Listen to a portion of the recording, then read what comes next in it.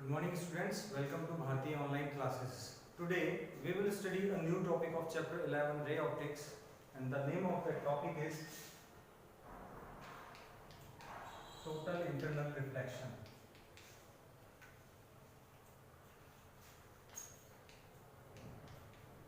So to understand this topic, let us see some conditions of refraction. I am drawing here some of the diagrams, ray diagrams, in which we will understand that what is total internal reflection. Let us see that if the first medium is dense and second medium is rare, in all of these three cases, first medium is dense and second is rare, then what will happen in different situations? So in first case, let us see there is an incident ray. This, if we draw a normal at the point of incidence, then we can see the ray of light is entering from dense to rare medium. So as we know that when a ray of light enter from dense to rare medium, it bend away from normal. So in normal situation, this ray was going in this direction, but because the medium is changing here, and due to refraction, this incident ray will bend away from normal. So in this situation, we can say this will be the refracted ray. This is angle I and this is angle R. Next, we can say from this, we can conclude, if we gradually increase the angle of incidence, अगर हम angle of incidence को gradually थोड़ा-थोड़ा बढ़ाएंगे, तो जाहिर सी बात है angle of refraction will also increase. So what I am doing, I am just increasing gradually the angle of incidence. Now I am drawing a normal at the point of incidence. This is incidence ray, this is angle I. I have increased gradually the value of angle I. What will happen? The direction of incident ray was this, but due to the change in medium, it will bend away from normal. Okay? So again, I have increased the value of angle I, so the value of angle R will also increase, and at a certain value of angle of incidence, the angle of refraction will become 90 degree. This will be the refracted ray. So the angle of incidence at dense medium, at which the angle of refraction at rare medium becomes 90 degree, is known as critical angle. So we replace angle I by angle IC. What is critical angle? The angle of incidence at dense medium, at which the angle of refraction at rare medium becomes 90 degree, is known as critical angle. So from here we can conclude, if we gradually increase the angle I, the angle R will also increase, and the angle I at which angle R becomes 90 degree is known as critical angle. So from here we can conclude, if the value of angle I, if the value of incidence angle in dense medium is more than critical angle, in this case, in this particular case, the incident ray will not enter into rare medium. It will reflect back into the dense medium. तो हम कह सकते हैं कि जब incidence angle की value critical angle से ज्यादा होगी, तो इस केस में इंसिडेंट रे रेयर मीडियम में, यानी कि सेकंड मीडियम में एंटर नहीं करेगी, बल्कि जिस मीडियम से आ रही थी उसी मीडियम में वापस रिफ्लेक्ट बैक हो जाएगी. तो चलिए इसको हम दोबारा शो करते हैं. ये मान लेते हैं इंसिडेंस रे है और ये नॉर्मल हमने ड्रॉ किया. दिस इज एंगल मान लेते हैं IC से ग्रेटर देन है. ये angle I is greater than angle IC. इस केस में ray of light rare medium में एंटर ना करते हुए वापस डेंस मीडियम में क्या हो जाएगी?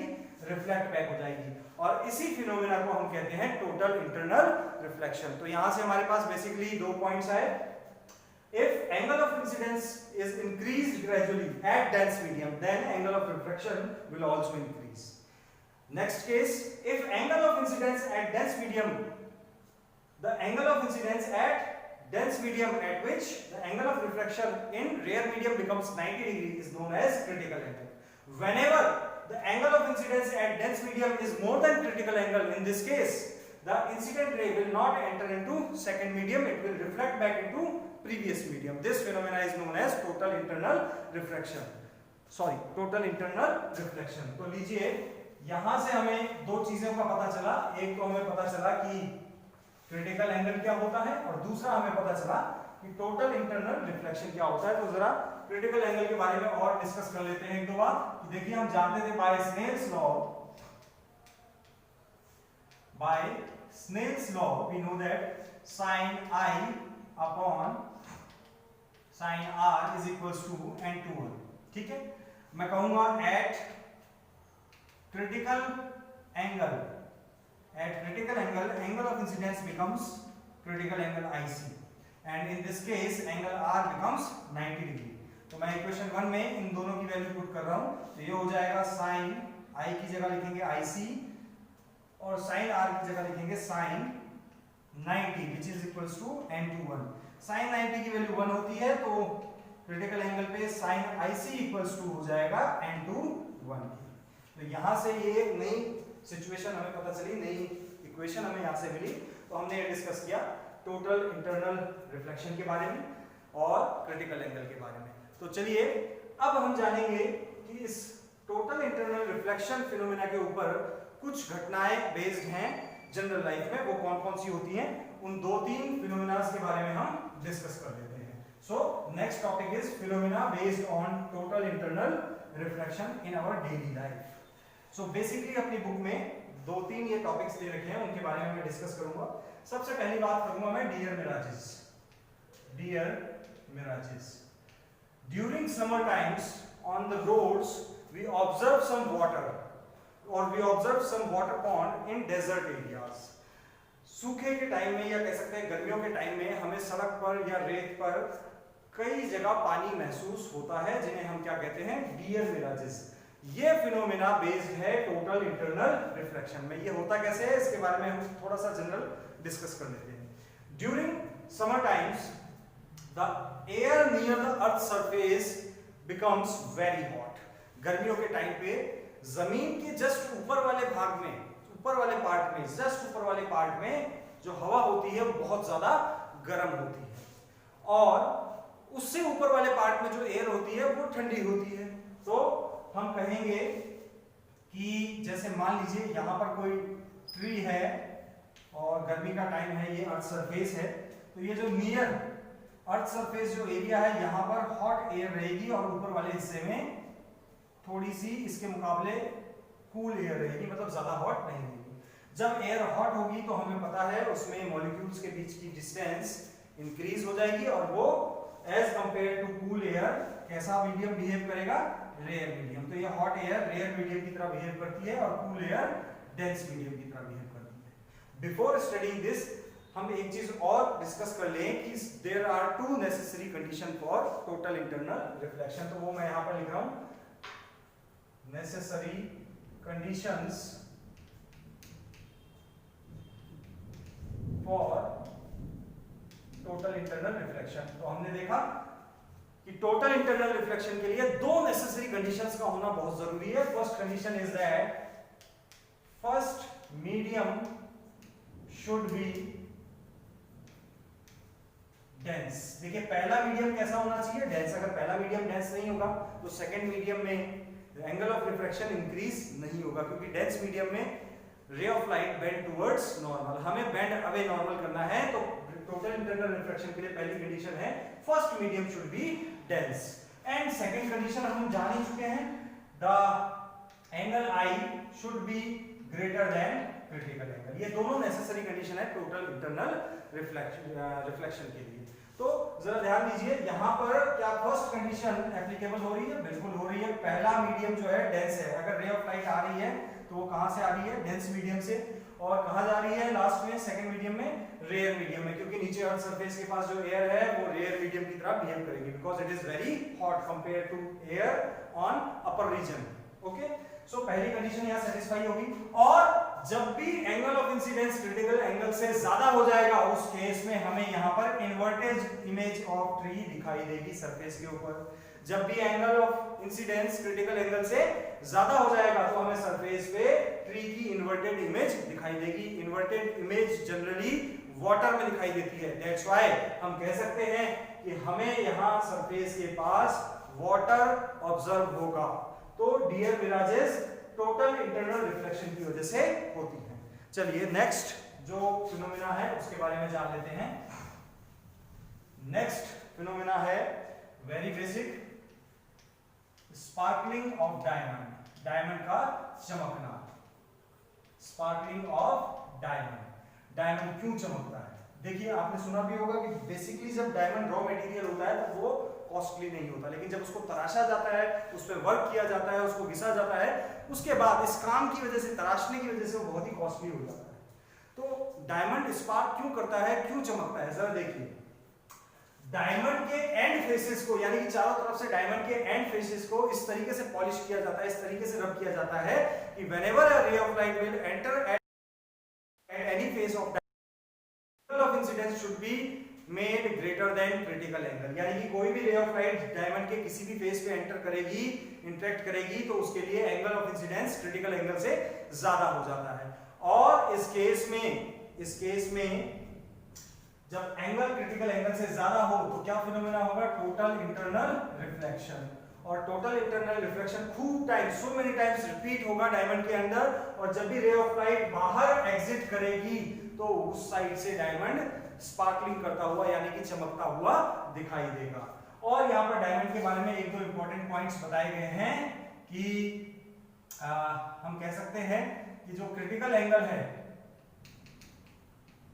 क्रिटिकल एंगल है जो डायमंड का, वो स्पेसिफिकली लगभग होता है 24.41 डिग्री के बराबर, और जो इसका रिफ्रैक्टिव इंडेक्स होता है वो होता है 2.42। ये दोनों चीजें आप याद रखें, बहुत सिंपल सी बात है, एप्लीकेशन है, एग्जाम में ज्यादा से ज्यादा 1 मार्क्स का पूछा जाएगा कि sparkling of diamond is based on which phenomena, आप कहेंगे टोटल इंटरनल रिफ्लेक्शन, और उसका क्रिटिकल एंगल या फिर रिफ्रैक्टिव इंडेक्स पूछा जा सकता है, तो आप यहां से बता सकते हैं। चलिए नेक्स्ट हम देखते हैं, अगर हम नेक्स्ट फिनोमेना इसके ऊपर चेक करें तो जितनी भी अपनी ये टेलीकम्युनिकेशन लाइंस हैं आजकल, वो एक स्पेशल वायर के थ्रू सबमिट होती हैं, और उस स्पेशल वायर को हम कहते हैं ऑप्टिकल फाइबर केबल। क्या कहते हैं? ऑप्टिकल फाइबर केबल, जिसको हम OFC के नाम से भी शॉर्ट फॉर्म में जानते हैं। What is optical fiber cable? Optical fiber cable is a material or is a medium in which telecommunication, audio or video signals can be transmitted over a very long distance without loss in intensity of signal. दोबारा से समझिए, what is optical fiber cable? It is a medium in which audio and video signal can be transmitted for a long range without loss in intensity of signal. यानी कि हम audio video signals को, जो हम telephone पे बातें करते हैं या टीवी देखते हैं, इन सिग्नल्स को बहुत दूर तक हम ट्रांसमिट कर सकते हैं बिना इन सिग्नल्स की इंटेंसिटी को डिस्ट्रॉय किए। तो इस यूज में ये मटेरियल आता है ऑप्टिकल फाइबर केबल। ये किस प्रिंसिपल पे काम करता है? ये टोटल इंटरनल रिफ्लेक्शन पे काम करता है। तो जरा हम इसका कंस्ट्रक्शन देख लेते हैं, जिसके बाद आपको समझ आ जाएगा कि इसमें जनरली कुछ किस तरीके से फिनोमेना हो रहा होगा। तो मैं इसका एक छोटा सा टुकड़ा बना रहा हूं OFC का। ये लीजिए, ये जो बाहर वाला पार्ट होता है, इंसुलेशन वाला पार्ट, या इसके बाद अंदर जो है, इसको हम कहते हैं क्लैडिंग। क्या कहते हैं? क्लैडिंग। और अंदर जो है एक और पार्ट होता है, इस अंदर वाले पार्ट को हम कहते हैं कोर। क्या कहते हैं? कोर। सो हम देख सकते हैं यहां पर जो ये कोर है, ये किस मीडियम की तरह बिहेव करता है? ये एक डेंस मीडियम की तरह बिहेव करता है। कोर बिहेव करता है डेंस मीडियम की तरह, और क्लैडिंग जो है ये बिहेव करता है रेयर मीडियम की तरह। तो हमें पता है टोटल इंटरनल रिफ्लेक्शन में पहला मीडियम क्या होना चाहिए? डेंस, और दूसरा क्या होना चाहिए? रेयर। अगर एंगल क्रिटिकल एंगल से ज्यादा कर दिया तो दोनों कंडीशन सेटिस्फाई हो जाएंगी, और जो आपका सिग्नल है या रे ऑफ लाइट है वो डेंस मीडियम से रेयर मीडियम में वापस नहीं जाएगा, वो डेंस मीडियम में ही internally so many times reflect करेगा। तो जरा देखते हैं, whenever a ray of signal enter into core, so core behave as dense medium, and outer surface of core यानी कि क्लैडिंग जो सराउंड किया गया है कोर को, वो रेयर मीडियम की तरह बिहेव करता है। अगर मैं किसी सिग्नल की रे of light more than critical angle पे एंटर करूंगा कोर पे, तो पहली कंडीशन तो हमारी सेटिस्फाई हो ही रखी है कि पहला मीडियम कौन सा है? डेंस। और अगर angle more than critical angle है तो second condition of TIR will be also applicable. इस केस में ये जो सिग्नल है ये रिफ्रैक्ट होके क्लैडिंग में नहीं जाएगा बल्कि मल्टीपल टाइम्स क्या करेगा, multiple times total internal reflection करेगा और इस तरीके से हमें सिग्नल एक एंड से दूसरे एंड पे मिल जाएगा without loss in the intensity of signal. So this process is based on total internal reflection. यहां से हमें पता चला कि OFC एक ऐसा मीडियम है जिसमें हम ऑडियो वीडियो सिग्नल्स को एक एंड से दूसरे एंड तक without loss in intensity of signal transmit कर सकते हैं on the principle of total internal reflection. So students, आज हमने जाना कि what is total internal reflection. मैं रिपीट कर रहा हूं, what is total internal reflection? When angle I at dense medium is increased gradually, then angle R will also increase gradually. If angle I is made at a particular value at which angle R becomes 90, that means the value of angle of incidence at which refracting angle becomes 90 degree is known as critical angle. If angle of incidence is more increased above critical angle, then the ray of light do not enter into second medium. What was second medium? Rare. It will reflect back into dense medium, and this process is known as total internal reflection. And we studied then three basic phenomena in general life based on total internal reflection. First was, what was first? वही हमने पढ़ा the sparkling of diamond, deer mirages and optical fiber cable. So students, आप इसको repeat करें और अगर आपको कोई डाउट हो तो आप अपनी चैट ऐप पे जाके चैट और डाउट ऑप्शन पे क्लिक करके आप क्वेरीज कर सकते हैं। तो आप इसको रिवाइज करें, फिर नोटबुक में नोट करें। Till then thank you very much. Next class में नए टॉपिक के साथ मिलेंगे। Thank you.